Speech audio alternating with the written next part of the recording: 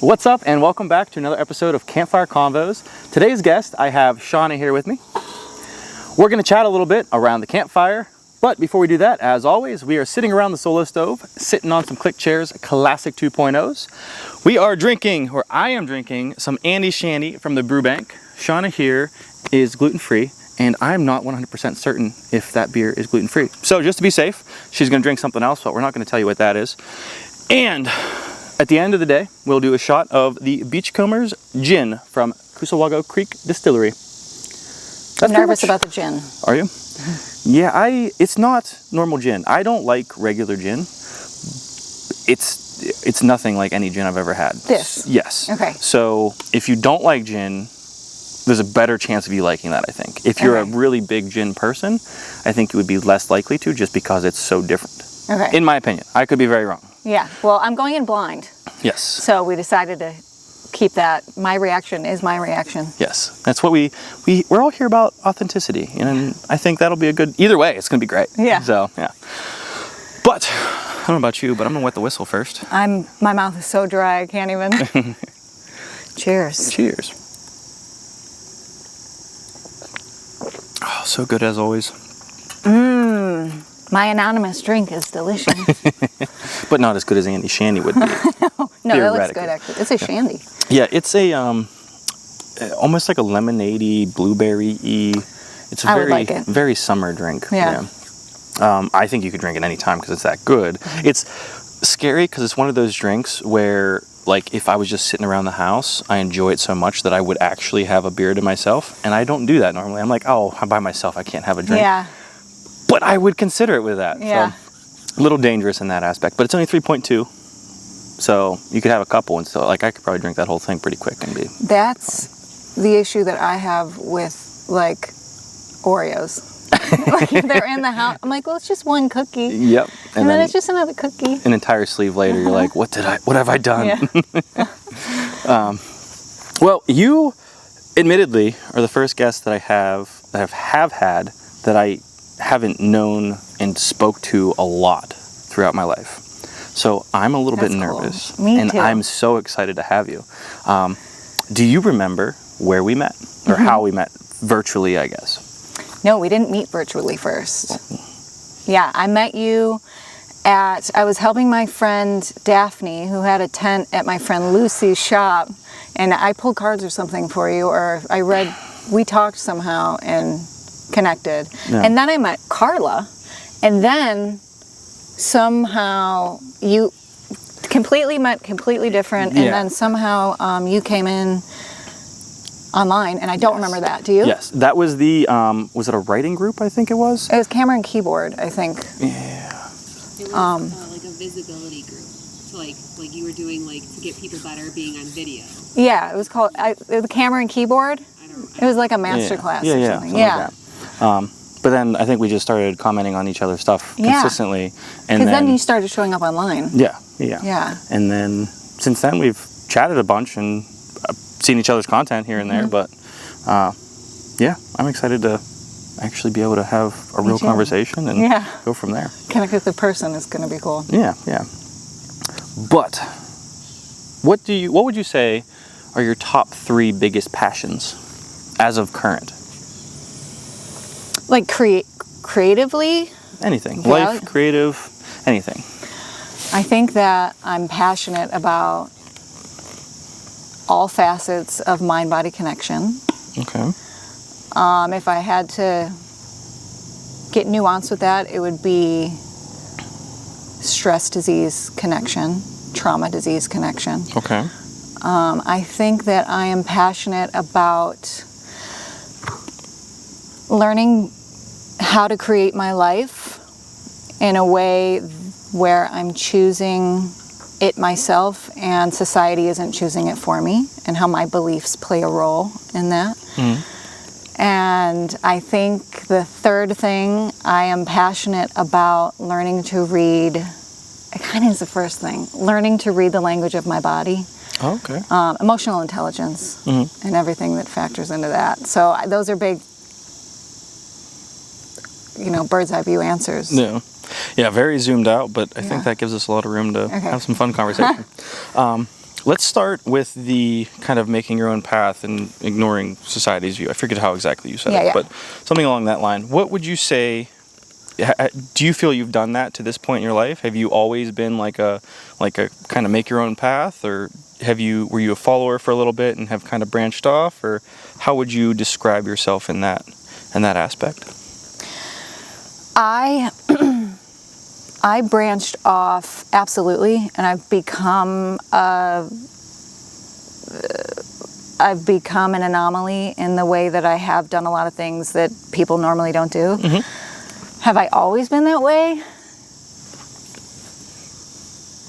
I've always wanted to be that way. My family raised me to be an open thinker and to ask questions, and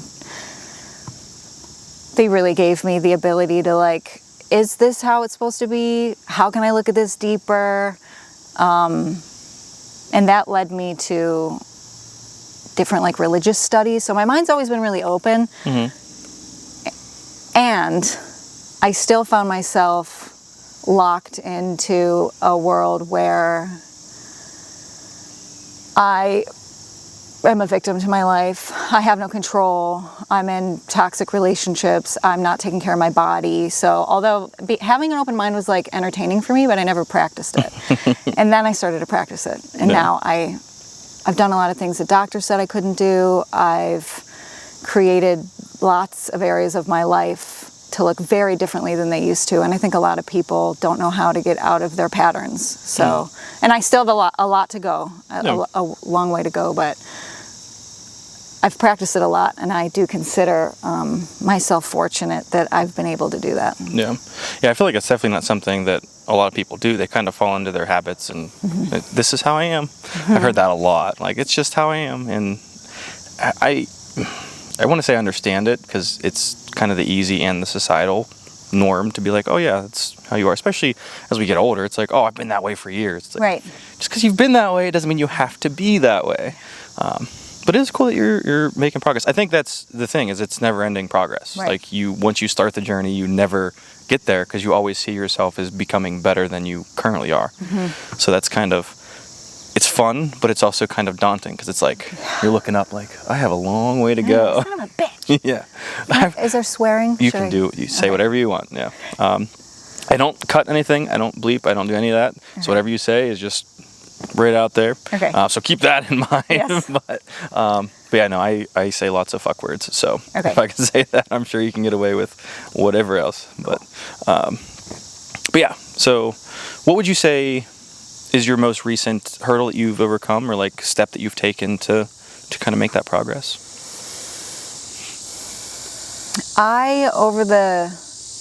Let me rewind. I've had chronic migraine for probably 7 years. And I was in and out of feeling better, and then over the last 2 years, probably 2 years ago, it progressed to daily, or like, 21 days out of the month, I have a migraine.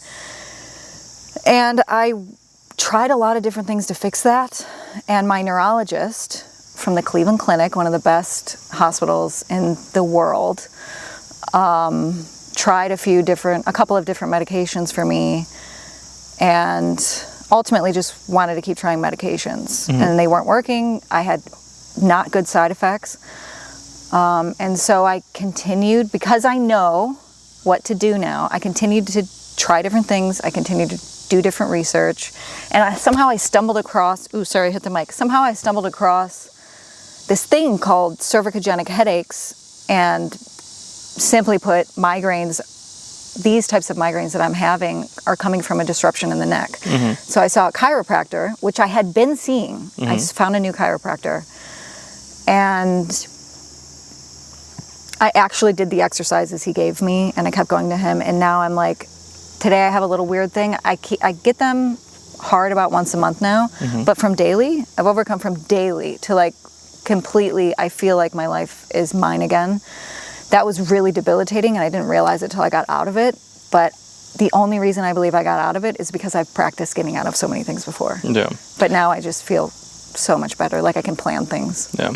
So that kind of circles back to what you were saying about your other passions, I guess. Like knowing your body, and like acknowledging it, that's helping you along your other journey because that's not really societally normal. Like that's listening to your body is not. Yeah. And it's like, oh, I get headaches now. I get my knees hurt now. My back hurts now. I'm getting old. I'm getting this. Like no. You can be. That's why there's people who are 80 and 90 years old, like skiing still. Yeah. Lifting weights. Yeah. There's a lot of stuff you can do, and I think the fact that that's not societally normal is wild. Like why are we just accepting that we just can't do anything anymore? That just. Or that the body isn't made to heal. Yeah. Or that how old are you? 30. Okay, I'm 36. Mm-hmm. We're 36. Like, our knees don't need to be hurt. We are not old. Yeah. It is not old. And I'm sure you're hearing it now, just turning 30. Or you might have people who are like, oh, I'm getting so old. It's like, shut up. Like, there's so much left. Yep. I've been playing a lot of like softball and baseball lately. And I had not been. So I kind of jumped back into it.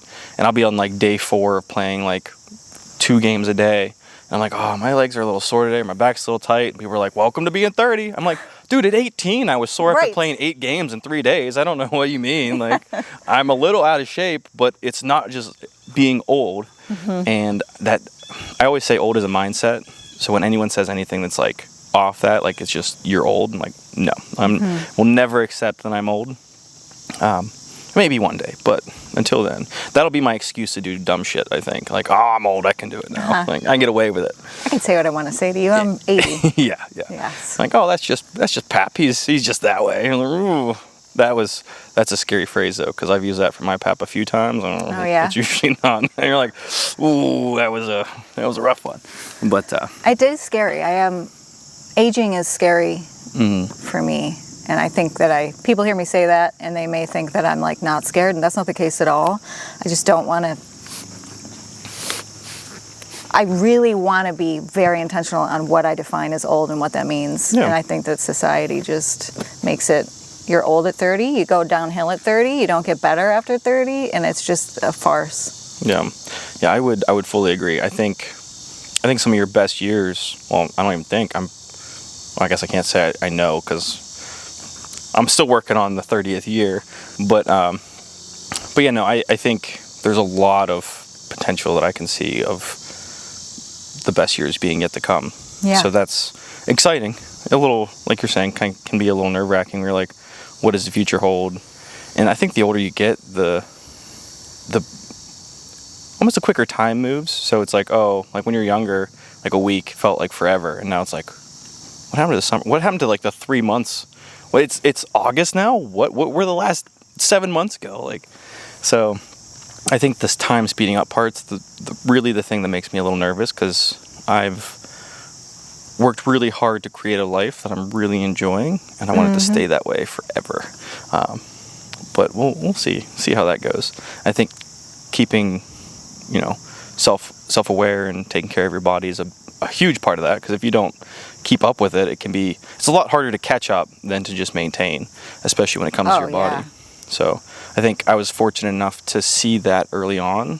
So I was like, well, I don't play baseball anymore. So I played college baseball. Oh, so that's cool. I don't play college baseball anymore, but I'm going to go to the gym to maintain. And admittedly, been a little slow with that, but I still stay pretty active. So I switch out different activities. So like I said, softball, baseball has been my thing lately. Big hiker, camper, obviously. So that usually keeps me pretty active. But for a lot of people, I think you fall out.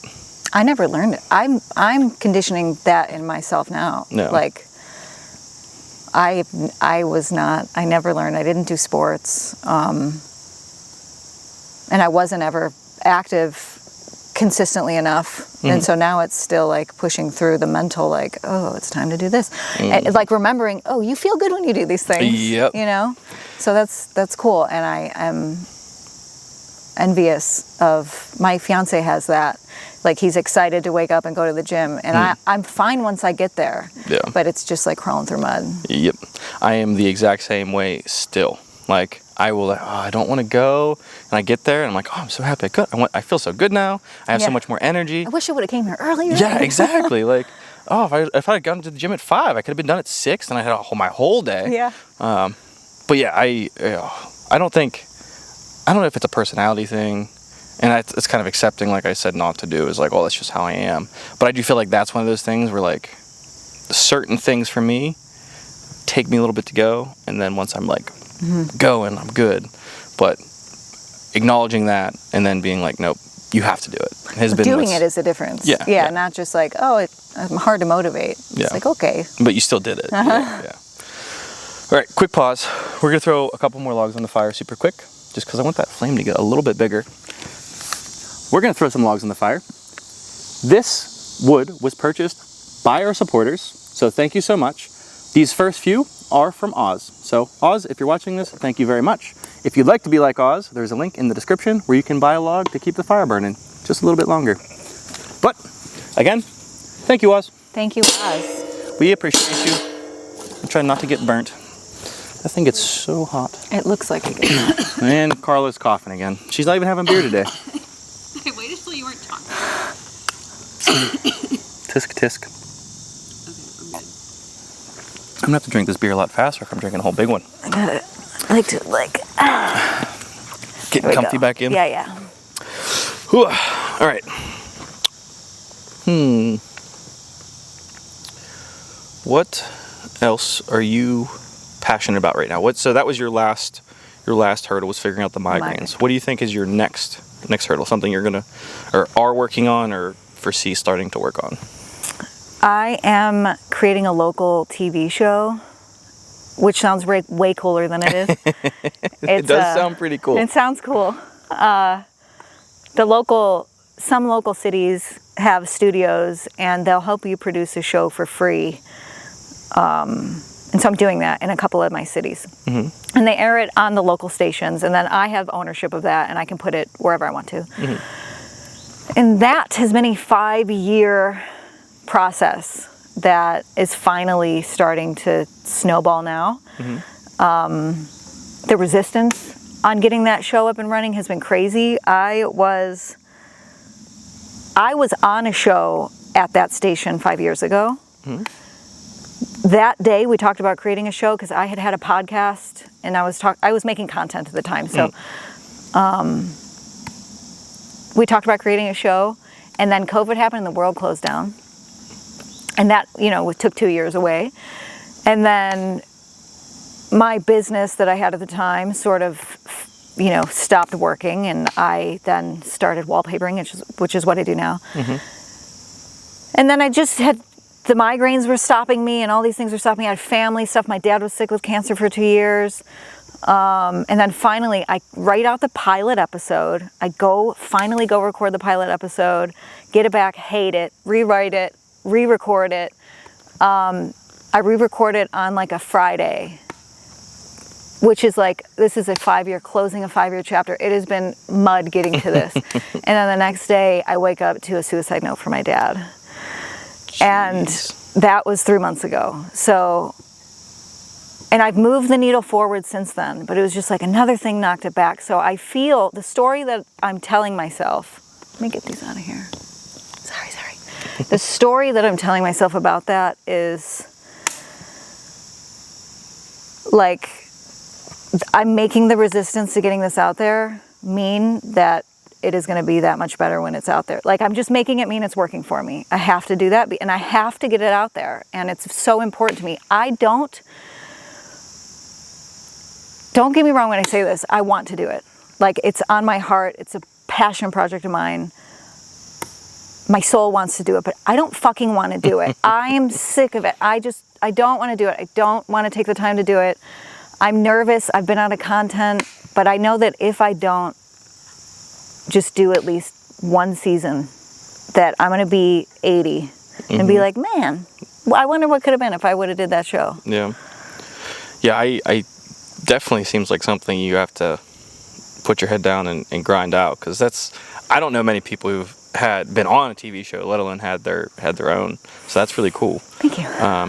So you said you had the first episode and didn't like it. What didn't you like about it? I was trying to get back to the core of when I started creating content like 10 years ago, which was like, simply put, health and wellness. Mm-hmm. And one of the issues is that, like, issues in our Western medical care system. I have a really colorful history of my own story about autoimmune disease and overcoming that.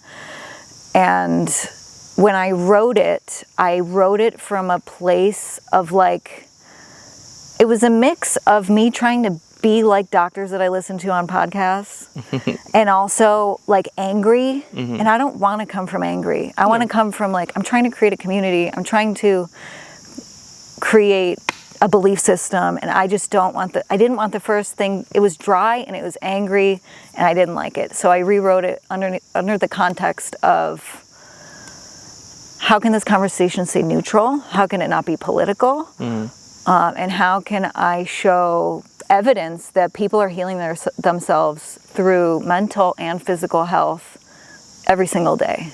Yeah. It definitely seems like a mountain to climb with how the world views all of those different things. So I'm excited to see how it turns out and how it evolves. That's just really where it cool. goes.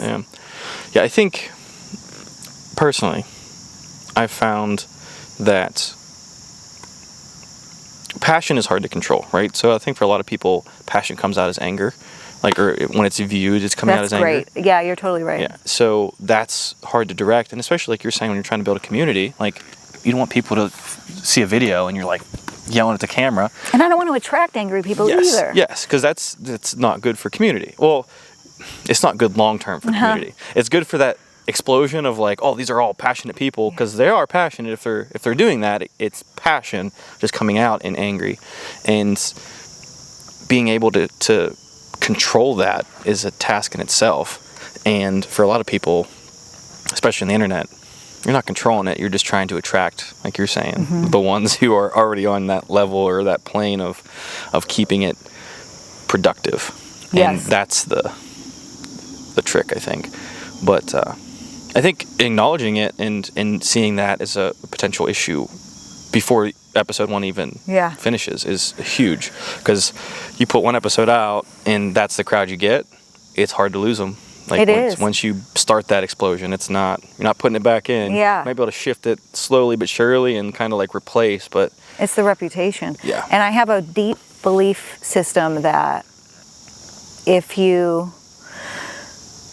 when you push against something, you're magnifying it. Yeah. You know, so, and I don't want to do that. And I've learned over years of content when to feel that in my body, which connects to the other thing. And I just think what you resist persists. And I'm not trying to, there's ultimately some resistance in the message that I'm talking about, but it's like, it's not what I'm against, it's what I'm looking at, what I'm for, where I'm headed. Does that make sense? Yeah.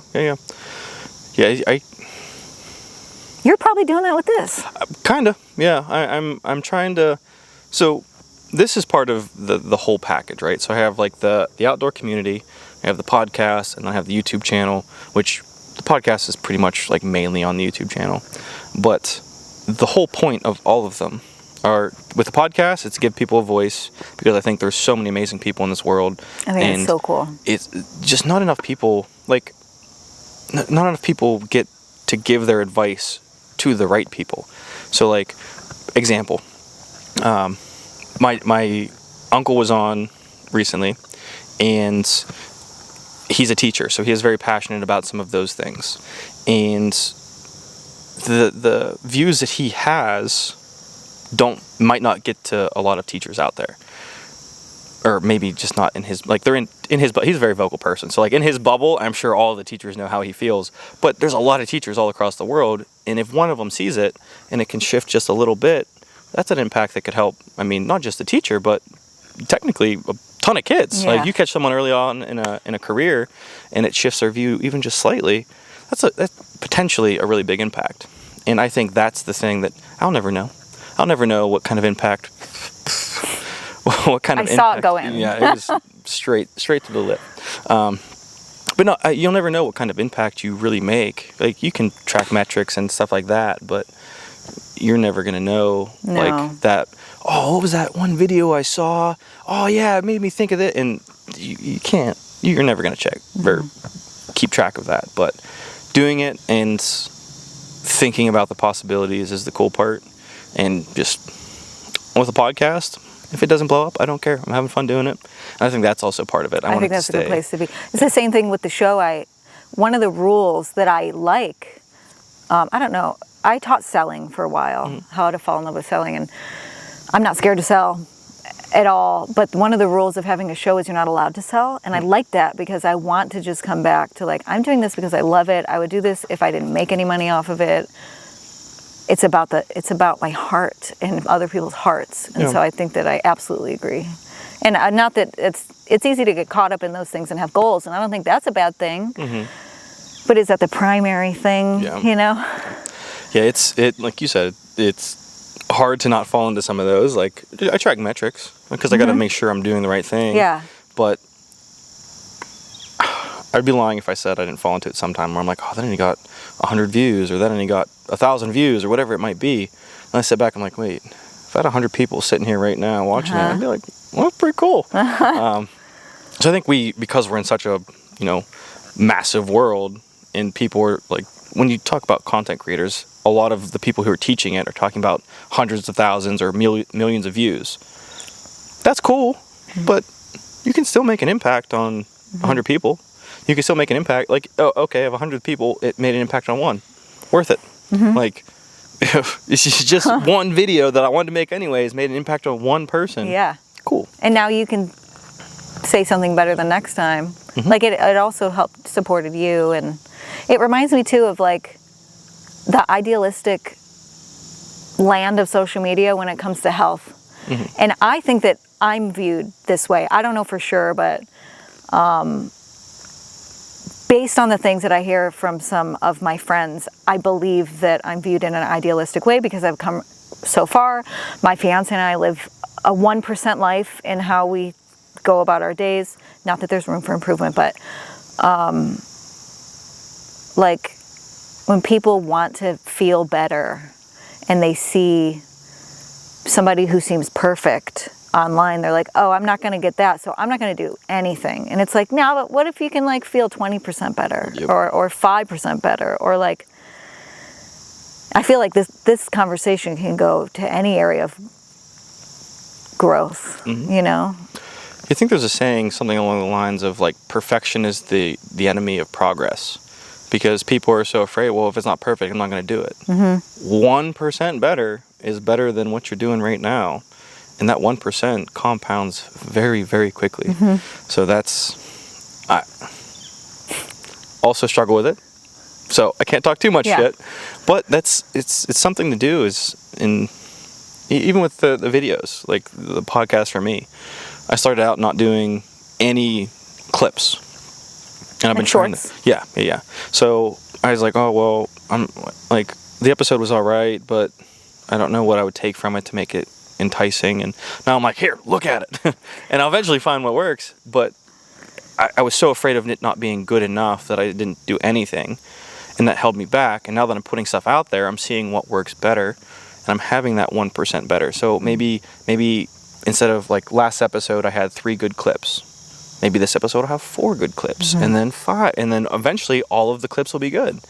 So it's just that practicing that part and looking past perfection, because I think perfection is just an unobtainable goal, and you want to get as close to it as you can. But done is better than perfect. Yes, 100%. And you learn a lot more. There was also, I feel like I'm getting a little philosophical kind of, but bring it on. Well, no, there was a study that I'm not going to quote the exact study, but I'll give you the concept of it. They had 2 groups. One group was told to make the perfect thing, let's say bowl. It was ceramic. Yes. Okay. So make the perfect bowl, and the other was told make as many as you possibly can. Well, the result was the group who made as many as they possibly could made the better bowl, because they made so many, you figured out how to make a better bowl. And that's the thing that I've been experiencing with this whole thing is the more you make, the better you get at it. Instead of just taking 17 hours making one short, see how many you can knock out in an hour. Yeah. Eventually, you start making a bunch of good ones in an hour. It's like, oh, this is kind of cool. But being okay with that, like public ridicule at first is a little bit like... I heard a quote, and this also reminds me of the gym, with my journey in the gym, because I've exercised consistently through my life, but not consistently for a long amount of time. Yeah. And I'm learning like how to weight training is my next, like I'm learning, I want to be a tatted gym rat with a fat ass, if I'm honest. And so I'm learning to like love weightlifting. Yeah. And I don't know how I got there, but I've been sitting with this quote that is about content. And I'm not really embarrassed. I don't embarrass easily. Yeah. And I'm not really embarrassed in the gym anymore. It's a great place. But the content in the show this for some reason is very vulnerable for me. I've made thousands of videos. Like I know how to work through embarrassment, but something about this feels different. And I heard this quote like twice recently, and it's embarrassment is the cost of entry. And I love that so much because people try to avoid it, and it's like, I don't care what you're learning, you're going to look dumb, you know? I also, piggybacking a little bit, a quote kind of going off of that. I feel like we're quoting a lot this time, but the people who are giving you shit, basically, aren't the ones who've done it. You're never going to see someone who's had the same path give you a hard time or like make fun of you. Yeah. It's always the people who are like, oh, yeah, I would never do that. You can't do this. Like, there's certain things you just, nope, that's not for you. But yeah, that's no one who's been through it is ever going to judge you for taking your first steps. Yeah, no one who is ahead of you. Yes. Will judge you for that. And it's funny because it can be incredibly intimidating. What? Just starting and being okay, being not good. With videos, looking dumb on camera. I can't tell you how many videos I recorded where I'm like, I look so dumb, my hair is bad, my voice was bad, I talked stupid, and I'm like, this is what you get. If you don't like the message, that's one thing, but like, I'm not gonna not post it because I think I look bad or because I think it sounds bad. Done is better than perfect. Get it out there, see what it does. Plus, you're new and 4 people are gonna see it anyways. Yeah. Well, that's the other thing, especially with like all the algorithms, like, it's not pushing out your first couple, so you might as well get your first couple out there so you can make your progress and get known by the algorithm. But that's actually one thing I like about social media now. At least like the TikTok version is, it pushes it out to people who don't know you. I would be mortified for most people, everybody that I know, to see it, which I guess you're doing it because you're interviewing people that you know, which is like a totally different. But I'm going to watch this and I'm going to be like, what was that? But it just is. That's just. I think it's natural to do. Like you're gonna be critical of yourself. Like, especially I don't know about you. I'm a very competitive person, and I'm most competitive with myself. So I always expect an elite level on whatever I do, and that was my struggle at first. I'm doing this, and in my mind I'm seeing these professionals, and I'm thinking I'm on that level mentally at least, and realistically, I'm not on that level skill-wise yet. Like, I have everything. I truly believe this. Might be cocky. I truly believe I have everything to do those things and be that. I'm just not there yet. And being okay not being there yet that was my single biggest hurdle in this entire thing, was just not being perfect right off rip. So. Not looking like those people. Yeah. Yeah, but then what happened when you let that happen? I started getting better. I started actually making progress. And it's still not perfect. Like we were talking off camera before. I still have videos. I have a podcast. My season 1 finale was completely out of focus the whole time. Episode 3 this season, I had to reshoot because I didn't have audio on half of it. I've done media for the last 5 years. I shouldn't make those mistakes. Yeah. But I did. Yeah. And you know what? It happens. You know what else? I'm sorry, I cut you off. Did you have something else? I worked with some very rich content creators. I worked next to them. I worked around them. I coached some of them. And they literally are saying the same shit to their friends, comparing themselves to like people down the, like it's the same, they have the same doubts. They just know how to move through them. And it's not, I wish, and I remind myself of this, and I wish people could understand that somebody that has what you want, no matter what it is, still feels all the fears that you feel. They just have the tools to move through them. Like they just have the tool belt. That's all it is. Yeah, and your tool belt just gets bigger and bigger as you go, and that's all it is. Keep adding to it, and eventually you'll be there. And by the time you're there, you'll have more goals and a bigger... Be embarrassed of something else. Yeah, exactly. Like, you're comparing yourself to, like, I'm comparing myself to all the people who are starting in the early phases. Eventually, I'll get to the part where I'm comparing myself to, you know, the biggest podcasters out there. And I don't care about the audience size. I care about the production value and the value that I add more than anything else. But that's the thing. It's just...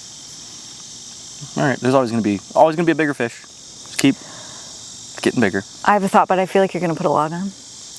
I was actually going to fill more beer. Oh, okay. But you lean forward. Yeah, we'll give the log a little more time because I'm going to go one more log to put on there. I will do a little spoiler. Next log is by Marcy. So Marcy, if you're listening or watching right now, thank you so much. I will say it again when we put the log on. But I need some more Andy Shandy by the Brew Bank. It looks good. It's so good. I wish I could share it, but I kind of feel like a jerk. I can sniff it. You know, Can I? Yeah. So when it's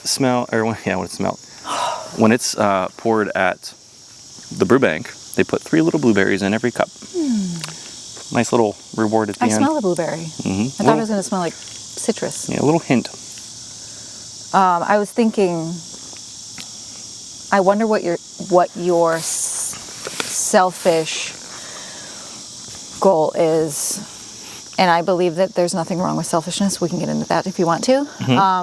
But for the show, yes, I want to support community. Yes, I want to see people heal. Yes, I'm tired of seeing my friends and family suffer, like all of those things. But like when I have those experts on and I'm making those videos, if there's one thing I've learned about leadership, it calls me forward to also hold my standards higher. And that's like one of the selfish reasons I'm doing it. I'm off all of my medications now, and I was on hard stuff. Yeah. I'd like to stay off of those medicines. Yeah. I would like to have a baby, a healthy baby, and I know that the more people, it's community. Yeah. You know? Do you have one of those? Oh, I feel like your selfish one sounded also not very selfish, so I'm a little afraid to say mine now. I would say my most selfish thing for all of the things, like the podcast, the community, the channel, everything, would be legacy. I really want to build something that I can be proud of looking back on, that my kids can one day, that kids I don't have, for the record, one day can be like, wow, Dad did some cool stuff, or Dad built this big thing. I might do this for 5 years, not go anywhere with it and switch, but... Because you want your kids to know what? I want to lead by example. I want them to know that I wanted to do this, so I did it. It was terrifying. I fought through it. I did the hard thing when it wasn't the easy thing. And live by your values. Yeah. That doesn't sound selfish. I guess I feel like at one point it won't be, because technically it's for my kids and future family, but at this point, saying it when none of those exist makes it feel like just idealistic on my part. So, but I do. I mean, I'd love to have this turn into something where, I mean, my parents brag about it now, because my parents brag about all of their kids in any chance they can. Just got to give them more stuff to brag about, I guess. But no, it's really cool to. Okay, I mentioned this in my last episode. For a long time, I grew up in a really small town. We were a huge baseball family. So my uncle played for the Dodgers.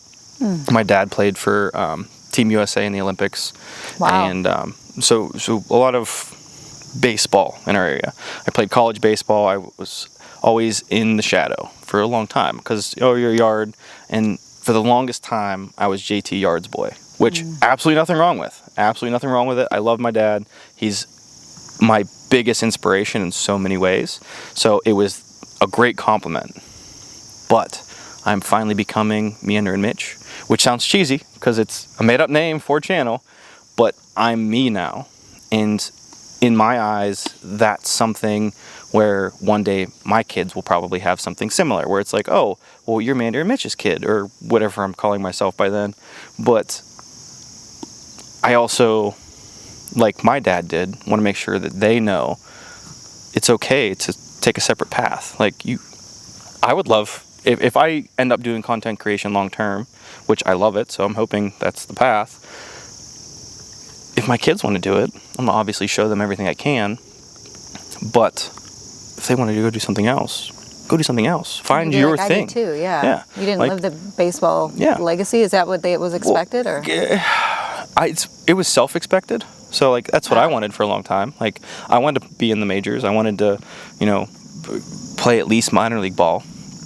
And I truly believe, if I have any teammates watch this, you might disagree, but I truly believe I could have at least tried out, and I think I could have got picked up by like an independent league team.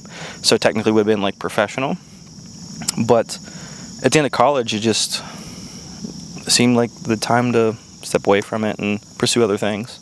So changed my path, got a salaried job, hated it, quit, started my own business, and haven't looked back at that. I hate working for people so much now. So that's a little bit of a, like, if I have kids who want to work for people, I might have an issue with that, but I guess I can't give them too much crap because it does give you a lot of freedom sometimes. Yeah. But and your dad was supportive? Yeah, I've had some hard conversations. It's cool that you can. Yeah. It was, especially when I was younger, it was difficult because you didn't want to disappoint parents, right? Like I said, my dad was my biggest idol for the longest time. It still is. So you don't want to disappoint him. And for a long time, I felt like every time I had one of those hard conversations, it was a disappointment. And now it's just like, oh no, it's just a different view on a problem, and it's not necessarily that he doesn't like that I'm doing it my way. He just would do it differently. Mm-hmm. And that's the thing where we can be okay with that now. Yeah. Or I think we were always okay with it. The way we communicated it wasn't portraying that. So it's cool that it's kind of come full circle and been okay to have those conversations and even out the expectations. Yeah. But yeah, that's cool. Been a ride. It's been quite a ride. Lots of hard conversations and I mean, I think most of the hard conversations were just me thinking they're going to be terrible, and then him being like, oh, well, yeah. Yeah. You don't want to do that anymore? Cool. Okay. So my salary job was with Walmart. My dad's been a store manager at Walmart forever, right? So when I was like, hey, I'm going to leave, I was expecting hard pushback. Like, I think I was 23 or 24 at the time. You're in your young 20s, you're making good money, you have all this freedom to do all this other stuff. Why the fuck are you leaving? Mm-hmm. And he was definitely thinking it, but I think once I had the conversation, like, this is what I'm doing, he kind of was like, oh, well, if that's what you're doing, let me make sure you do it the right way. And that was probably the most recent big thing where his reaction really showed me that we had like a lot of growth. So like from college, we'd have arguments, and then when I started with Walmart, we'd have some arguments, but then that was really the big turning point from like, we're not arguing, we're discussing. That's and cool. It was huge. It's healing. Yes. And it was unexpected because like I said, what the fuck are you leaving that for? Mm-hmm. But it wasn't that. And once that happened, I think I was a lot more willing, or not even willing, just I would let it happen where I'd go to him with those kind of things. And I think once I started going to him with more stuff, he started reciprocating that with like, oh, well, he's coming to me because we're discussing it, not because I'm giving him shit for it. And it was a really cool evolution. That's cool. But I feel like I rambled a little bit there. No, that's cool. Thank you. Do you have any idols that you look up to that you're kind of pursuing? At the moment, no. My idol is my internal compass, which sounds really corny and stupid. But I have stepped away from finding idols. I used them for a really long time, and I probably will again. Mm-hmm. I stepped away from that and just really feeling into what I want and who I am. And I always believed that creating my life, you know, people approach like self-improvement from a change yourself perspective, and I always hated that. I see it as like I'm becoming myself. I'm emerging from myself. And so consistently trying to question who I believe myself to be or who I can be has been sort of my guiding factor in the last few years. And I didn't grow up with idols. I love my mother. She taught me some great things. We're close. But I didn't want her life. And my father, he taught me in some good aspects to have an open mind and deep philosophy, deep talks about existence. But he was not an idol, and the last few years taught me how I didn't want to be. I have a brother I have two brothers. I'm the youngest. One brother, he's a leader in my life. He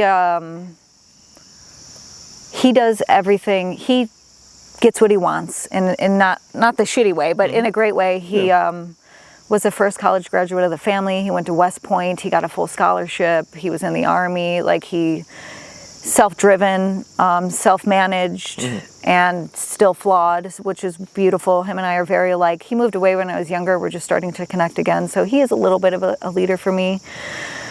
Helps me, between him and my fiance, they help me like learn about money. I never learned about that. My other brother, when I was younger, he was a crack addict.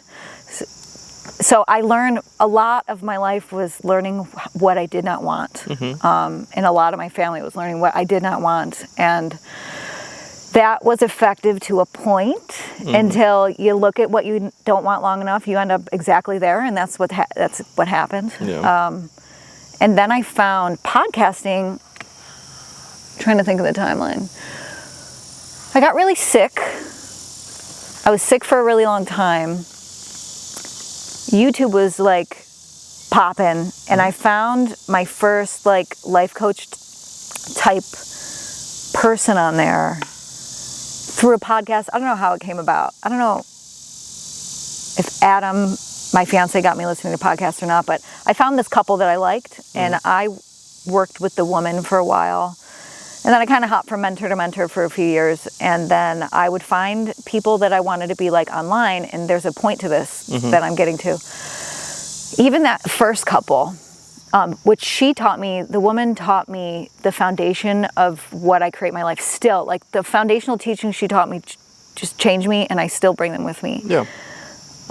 And the people after that. And I was searching for this perfect fucking person. And everybody I would meet, I'd be like, oh, they have everything together. Oh, they have it all. They have the perfect and they never did. And it tore my heart out every time. Until finally, for a while, it was really disheartening. And then finally, I came to two different conclusions about just life in general. And now it's just like, okay, I just want to find out who I am and what I want. And so now we're here. Yeah. So, I've, again, been quoting shit a lot, but have you ever heard Matthew McConaughey's Idol? I need to say one more thing. Okay. My fiance holds high standards for me. I wouldn't use the term idol because we're so close. It's hard to like idealize somebody that close. Yeah. But he does hold very high standards for my health, and I will say that he is one of the few people that can do that in a way because he is so committed, and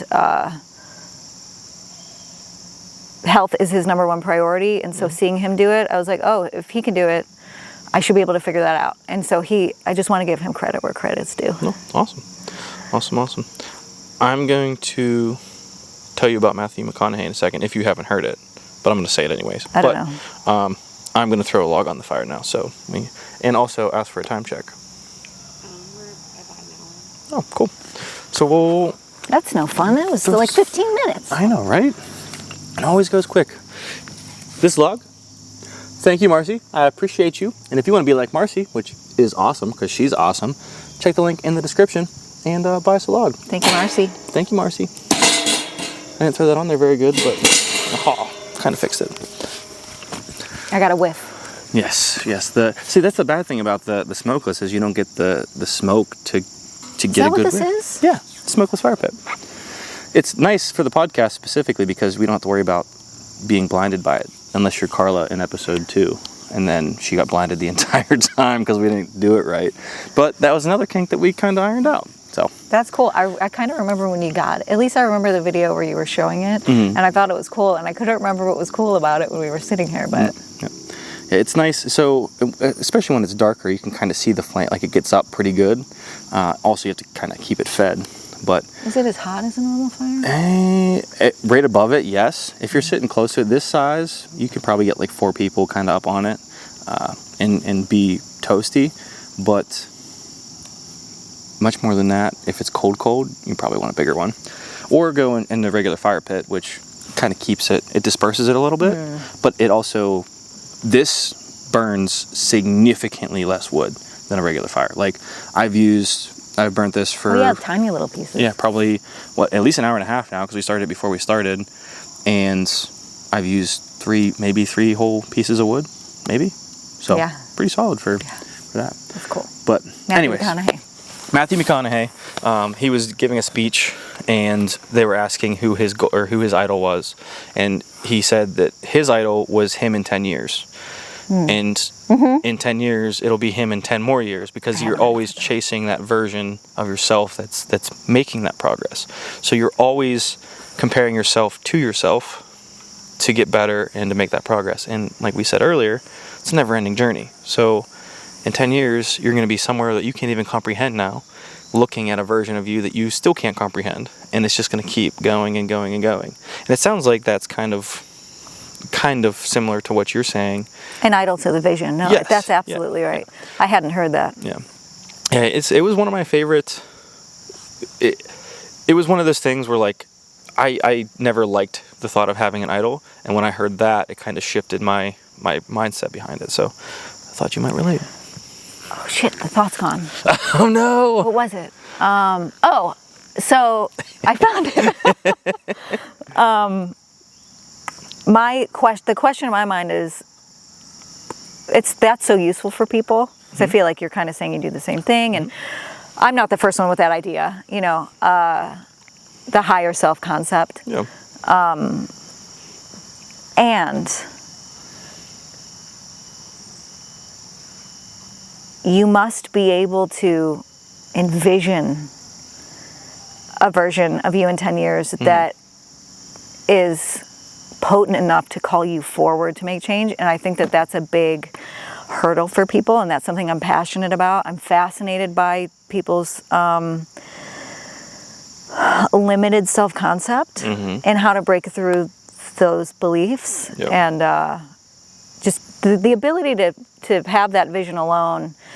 Not only the paradox of having the vision of like, oh, who's the version of me? What potential can I reach in 10 years? Which is a great place to start. And it really becomes effective when you can also have the humility of, okay, what actually are my downfalls? What is the challenge going to be? Because I have been caught up in my own idealistic, higher self, like, version, and it took me out of reality. That happened when I was sick. I was so sick, and I was refusing. I so believed that I could create my reality. I so believed that I could heal. I so believed that I was going to be fine. That I didn't realize that I was dying on the couch until my fiance, he wasn't my fiance at the time, but he was like putting his fingers through my hair, and my hair was falling out.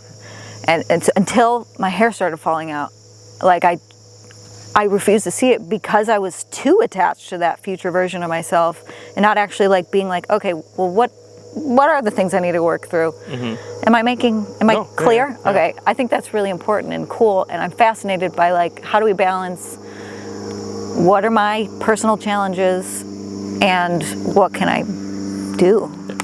I similarly, I think something that had worked for me was as far as visualizing that future self, is okay. What does a plane flying over do but I don't distract see it. us from the? I don't see it either. I hear it though. Also, before we go any further, did you hear whatever that thing was that was making a sound for like a minute and a half? That was wild. No. The bug? You were talking. Yeah, it had to be some kind of bug. No. It was so loud for like a minute and a half straight. Okay. You guys heard it?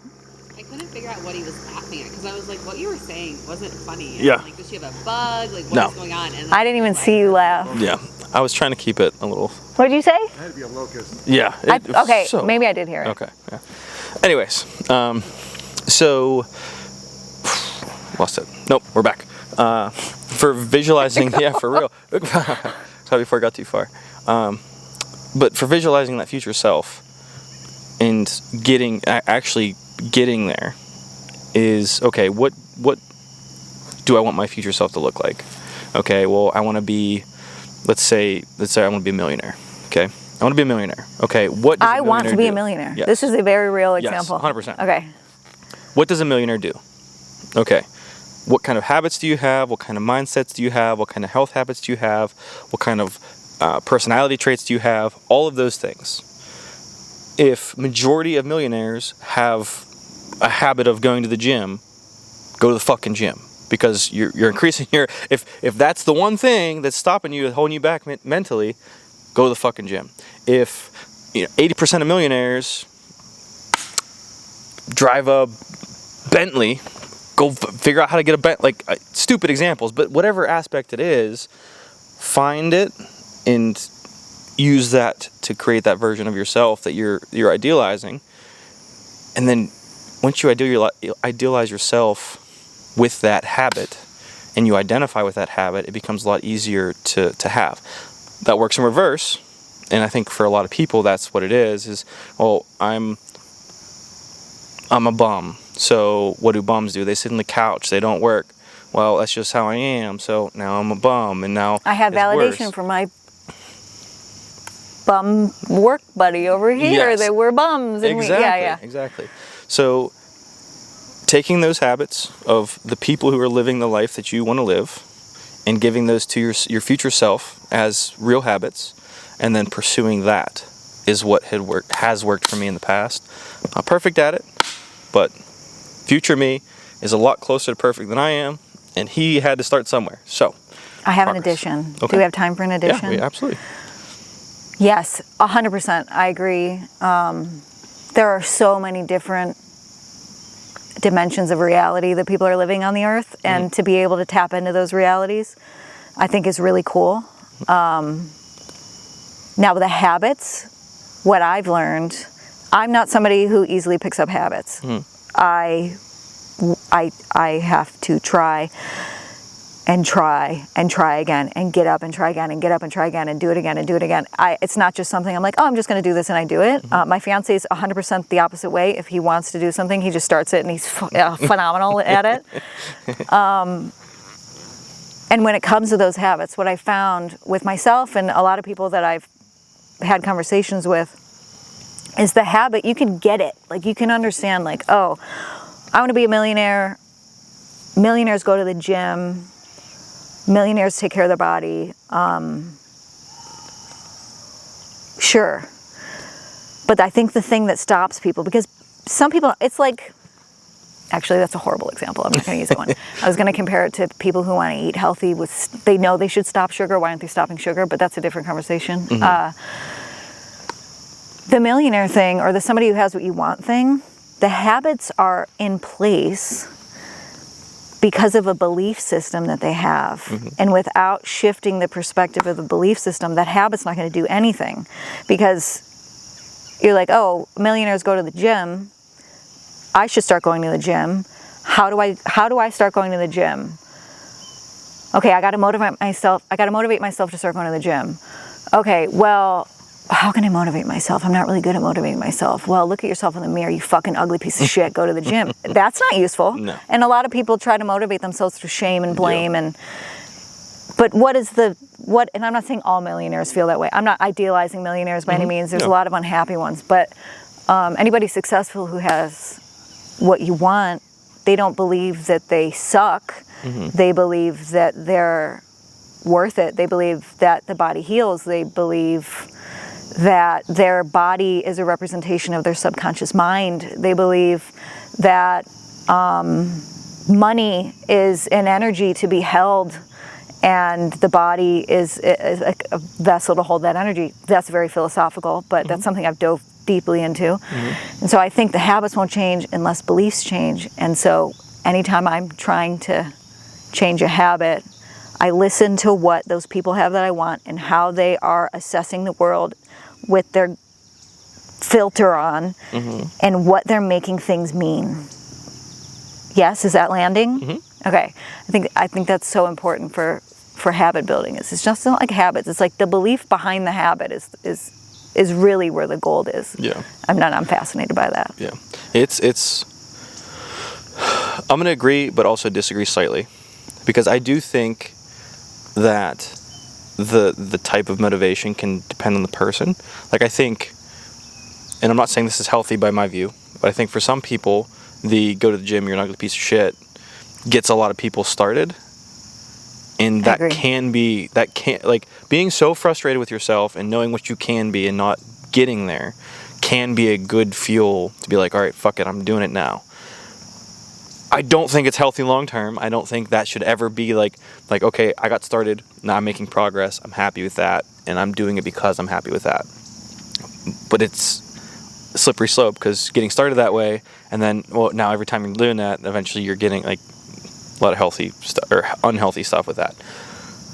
But I do think for the people listening out there are different ways to get that initial motivation, but then transferring it is the trick to make sure that it's healthy and sustainable.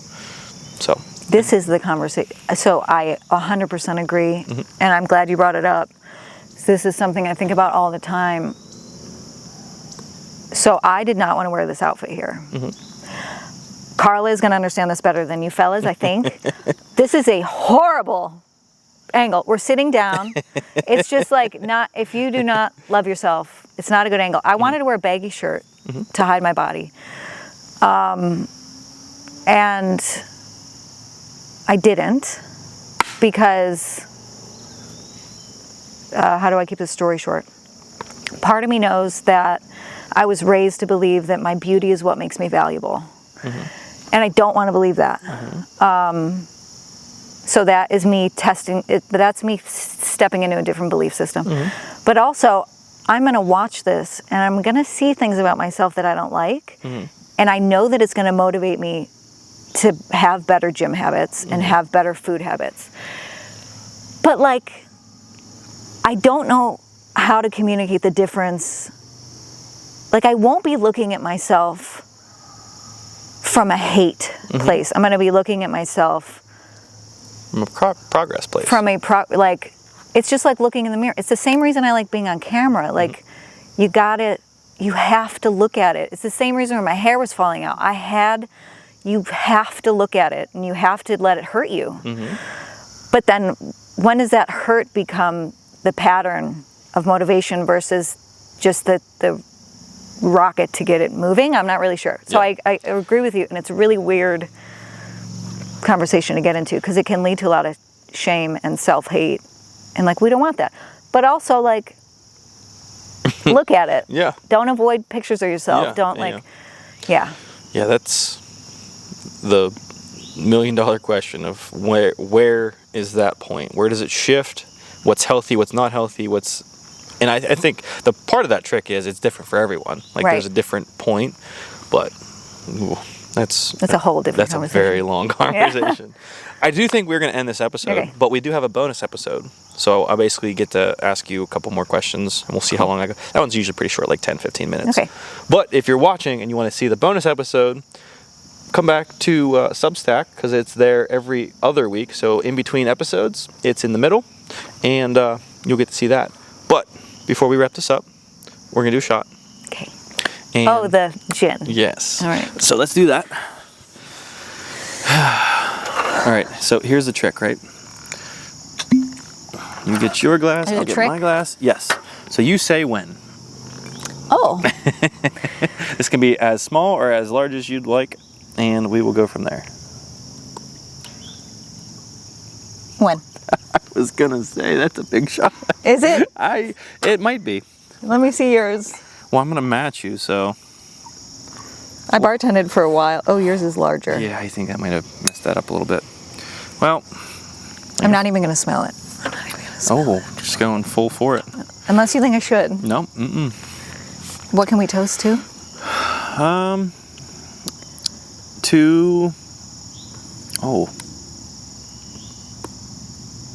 To our future selves and the progress we'll make. We'll see you in 10 years.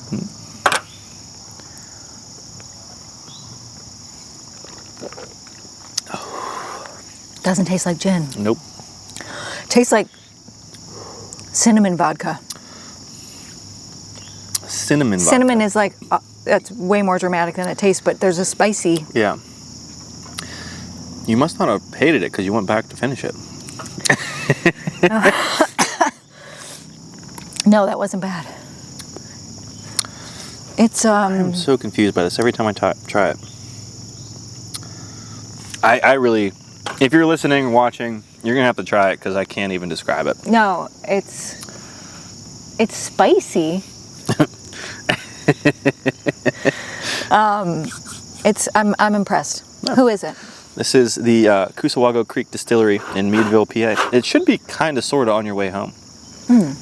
Adam likes gin, so. Yeah. So, well, you'll have to try it too. Well, thank you so much. Yeah, absolutely. Thank you for being here. I appreciate it. We still get to talk a little bit more in the rest of the weekend, so we'll have plenty more conversations around the campfire probably. But this is the last bit you guys get to see for this episode. If you made it this far, I appreciate you for sticking around. And until next time, I appreciate you. Peace. Let's go.